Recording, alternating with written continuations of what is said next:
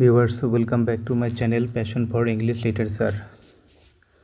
Viewers, this is the third video of the epic Paradise Lost written by John Milton. Viewers, in this video I am going to read the prose version of the poem, and after that I will translate the prose version into Bengali. Viewers, those who have not subscribed to my channel are requested to do so, and thank those who have already subscribed. Let's get started. Viewers, আবারও বলতেছি, যারা চ্যানেলটিতে subscribe করেননি তারা দয়া করে subscribe করবেন, এবং যারা অলরেডি সাবস্ক্রাইব করে ফেলছেন তাদেরকে ধন্যবাদ।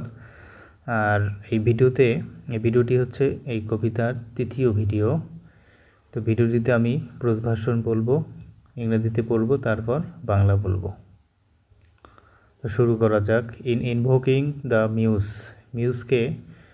মিউজের কাছে অনুপ্রেরণা করার ক্ষেত্রে, মিউজকে আহ্বান করার ক্ষেত্রে Milton simply follows an epic convention. Milton সাধারণভাবে একটা মহাকাব্যের প্রথায় অনুসরণ করেছেন এই মিউজকে আহ্বান করে। But being a Puritan writing A Christian epic. Milton ছিলেন একজন পিউরিটান এবং সে একটি খ্রিস্টানদের মহাকাব্য লিখতে গিয়ে বা লেখার ক্ষেত্রে he must seek inspiration from a higher power. সে অবশ্যই একটা উচ্চতর শক্তির কাছ থেকে অনুপ্রেরণা চেয়ে নেবে। Since the heavenly muse is only a poetic fancy. যেহেতু হ্যাভেনলি মিউজ হচ্ছে কেবলমাত্র একটা কাব্যিক বা কবিতার কল্পনা শক্তি। So he invokes the aid of the Holy Spirit. তাই সে হোলি স্পিরিটের সাহায্য প্রার্থনা করতেছে। Milton explains the spirit is the voice of God by which the prophets were inspired. Milton এখানে আরও ব্যাখ্যা করেন যে এই স্পিরিটটা হচ্ছে যে ঈশ্বরের কণ্ঠ, যে কণ্ঠ দ্বারা প্রফেটস মানে ভবিষ্যৎ বক্তারা অথবা ধর্মীয় যারা প্রতিনিধি, ঈশ্বরের প্রতিনিধি যারা ছিল, তারা এই ঈশ্বরের কণ্ঠ দ্বারা অনুপ্রাণিত হয়েছিল, এবং সেই ঈশ্বরের যে সাহায্যই তিনি এই কবিতা লেখার ক্ষেত্রে চেয়েছেন। In the opening lines of Paradise Lost Milton invokes a power greater than the muses who were celebrated in classical mythology. অর্থাৎ প্রাচীন গ্রিসের এবং রোমের যে পৌরাণিক কাহিনী, সেই কাহিনীতে যে মিউজকে সেলিব্রেটেড করা হতো, মানে সম্মান দেখানো হতো, সেই মিউজকে যে শ্রদ্ধা করা হতো, সেই মিউজের থেকেও একটা উচ্চতর শক্তির কাছে মিল্টন প্রার্থনা করেছেন। He exhorts the Holy Ghost to inspire him in his lofty composition. তার এই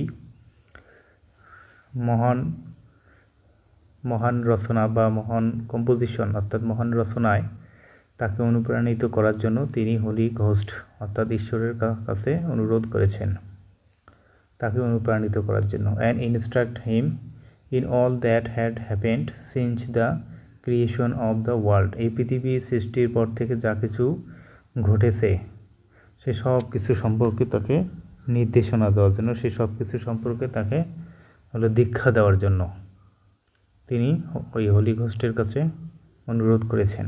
হি asserts that no other power is as competent to inspire him. তিনি আরও জোর দিয়ে বলেছেন যে আর কোনো শক্তি তাকে অনুপ্রাণিত করার মতো যোগ্য নয়। This power has always been in existence.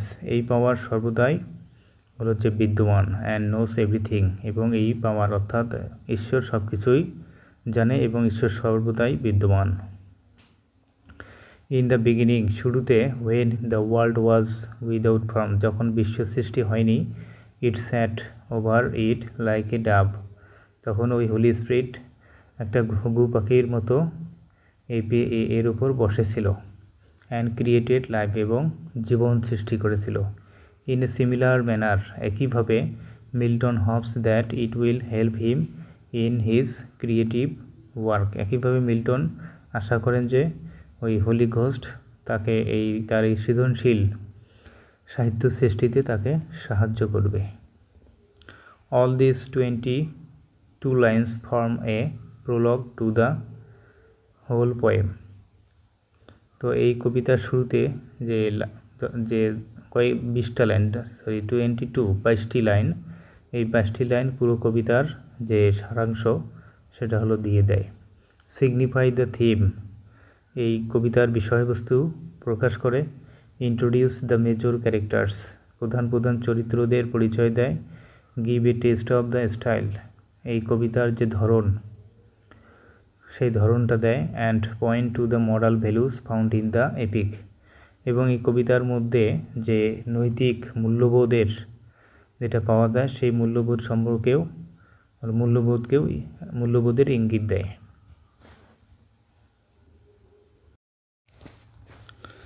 A great and noble theme needs a great and noble spirit to handle it with becoming dignity. একটা যথাযথ মর্যাদা সহ একটা মহান এবং মহৎ বিষয়বস্তু আলোচনা করার জন্য একটি মহৎ এবং মহান স্পিরিট প্রয়োজন। Man unaided is unequal to such a task, মানুষকে যদি সাহায্য করা না হয় তাহলে অর্থাৎ সাহায্যবিহীন একজন মানুষ এরূপ কাজের জন্য অনুপযুক্ত। And hence the appeal to the supreme being who has created and sustained all the universe, তাই সর্বোচ্চ সত্তা যে এই বিশ্বব্রহ্মাণ্ড সৃষ্টি করেছে এবং এই বিশ্বব্রহ্মাণ্ড টিকিয়ে রেখেছে তার কাছেই মিল্টন হলো আবেদন করে, প্রার্থনা করে তাকে জ্ঞান দান করার জন্য, তাকে অনুপ্রাণিত করার জন্য। But the ways of God are as we all know inscrutable, কিন্তু ঈশ্বরের নির্দেশিত পথ যেমনটা আমরা জানি যে দুর্ভেদ্য, রহস্যময় এবং দুর্গীয়, অর্থাৎ যা সহজে জানা যায় না। ওপেন ব্যাফলিং আস, প্রায় আমাদেরকে বিভ্রান্ত করে। And confusing our limited intelligence, এবং আমাদের যে সীমিত বুদ্ধি সেই বুদ্ধিকেও বিভ্রান্ত করে। This does not mean that God is at fault, এর অর্থ এই নয় যে ঈশ্বর ত্রুটিযুক্ত। Only that we are too imperfect to understand his ways fully, বরং এটাই বোঝায় যে তার যে নির্দেশিত পথ এটা আমরা সম্পূর্ণভাবে বুঝতে পারি না। What we need is humility, patience and the spirit of absolute trust in the wisdom of god, আমাদের যা প্রয়োজন তা হচ্ছে বিনয়, ধৈর্য এবং ঈশ্বরের যে জ্ঞান আছে তাতে আমাদের পরম বিশ্বাস। This does not come easily to us, এটা সহজে আমাদের কাছে আসে না। And so Milton says that he would use his talents and gifts to explain the ways of God, এবং মিল্টন বলে যে ঈশ্বরের নির্দেশিত পথ ব্যাখ্যা করার জন্য তিনি তার যে ট্যালেন্টস, মেধা এবং ঈশ্বর কর্তৃক প্রদত্ত জ্ঞান তিনি ব্যবহার করবেন। And convince fallible mortals that God cannot it, এবং ঈশ্বর যে ভুল করতে পারে না এইটা হলো মানুষকে বোঝানো। And that what he does is for his on glory and our good, এবং ঈশ্বর যা করে তা হচ্ছে তার গর্বের জন্য এবং আমাদের ভালোর জন্য। In making this claim, Milton emphasizes the high seriousness, which according to Arnold must be an element of great poetry, which edifies mankind amidst their trials and tribulations and consoles this world. তাহলে Milton এখানে high সিরিয়াসনেসের উপরেই গুরুত্ব দেয়, অর্থাৎ মানে খুব বেশি গম্ভীরতার উপর, কবিতার গভীরতার উপরেই তিনি গুরুত্ব দেয়। যে গভীরতা একটা মহান কবিতার উপাদান হবে, আর্নল্ডের মতো। যে কবিতা আবার কী করবে, অনেক পরীক্ষা নিরীক্ষার মাধ্যমে মানব জাতির নৈতিক উন্নতি সাধন করবে এবং এই বিশ্বকে সান্ত্বনা দেবে। These are high claims which Milton makes for himself. এই বড় বড় দাবিগুলোই মিল্টন নিজের জন্য করেছেন। What saves him from complete egotism is his faith in God and the certainty of being helped by him with the right kind of illumination or inspiration. একে পুরোপুরি অহমিকা থেকে তাকে অর্থাৎ মিল্টনকে যা রক্ষা করেছেন সেটা হচ্ছে ঈশ্বরের প্রতি তার বিশ্বাস এবং ঈশ্বর তাকে সঠিক ধরনের জ্ঞানদান অথবা অনুপ্রেরণা দিবে এর নিশ্চয়তার উপর তার বিশ্বাস ছিল। এই দুই বিশ্বাস থেকেই সে তার যে অহংকার নাই এটা প্রমাণিত হয়। Man by himself can do but little, মানুষ নিজে অল্প কিছু করতে পারে কিন্তু সেটা অল্প। But with the help of God he can perform the seemingly difficult task, কিন্তু ঈশ্বরের সহযোগিতায় ঈশ্বরের সাহায্যে তিনি আপাত দৃষ্টিতে দুঃসাধ্য কার্য শেষ করতে পারে।